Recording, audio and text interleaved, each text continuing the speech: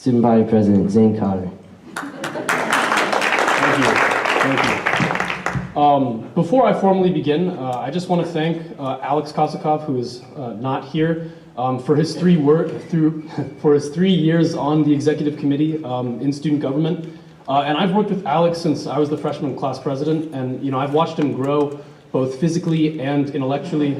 Yeah, he was like here, now he's almost my height. Into the passionate and well-read force of nature that he is today. And so, ladies and gentlemen, if you could please join me in giving him the biggest round of applause so that he can hear it all the way at the hospital.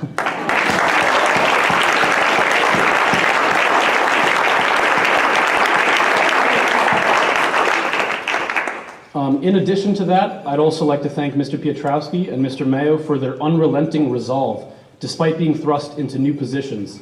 As a student, I understand how difficult it is to drop everything you know and to learn something new. We do it every fall. So thank you, gentlemen, and a round of applause for them too.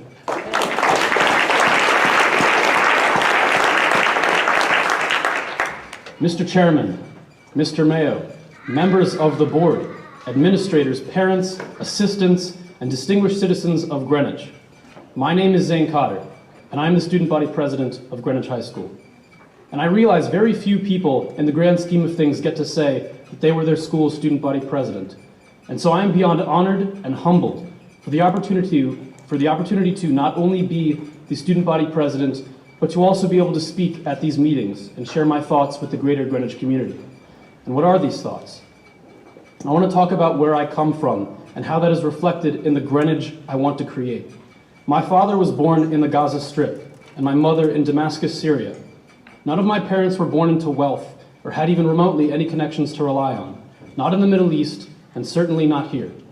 And yet, through hard work and nothing but the sheer desire to succeed and to better themselves, they have managed over their lifetimes to fulfill the American dream and to leave their children better off than they were, to move to Greenwich, one of the wealthiest, most secure towns in the nation, so that their children could succeed without financial burdens. I imagine that most of you, at least those among you who are parents, do what you do for the same reason, for the children, for the future. I've learned from my parents the importance of hard work. Nothing is free, I would always hear, not even the air we breathe. I've grown up listening to those words, and despite living in this affluent town for almost half of my life, have tried to work for and appreciate all that I have been given. And so, unsurprisingly, the Greenwich culture I want to create is a hard-working one. One where anyone, be they from Byram or Old Greenwich, can work hard and be judged based on nothing but on their merits and on their passion for success. Ladies and gentlemen, I ask that in your never-ending quest to improve the lives of students across the district, you take care to not contribute to the growing culture of entitlement and the notion that we don't need to work hard for what we have. Because the true development of character is when you have a goal and you fail countless times, but then after hours, days, months, and even years of brutal effort, you succeed, and you find happiness in the absence of sadness instead of the other way around. Give students the opportunity to fail before they succeed. It is the only way they will learn. Thank you.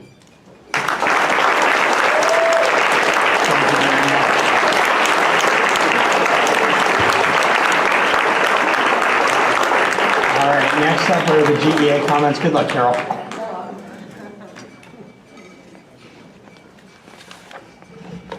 Thank you so much. That was inspiring.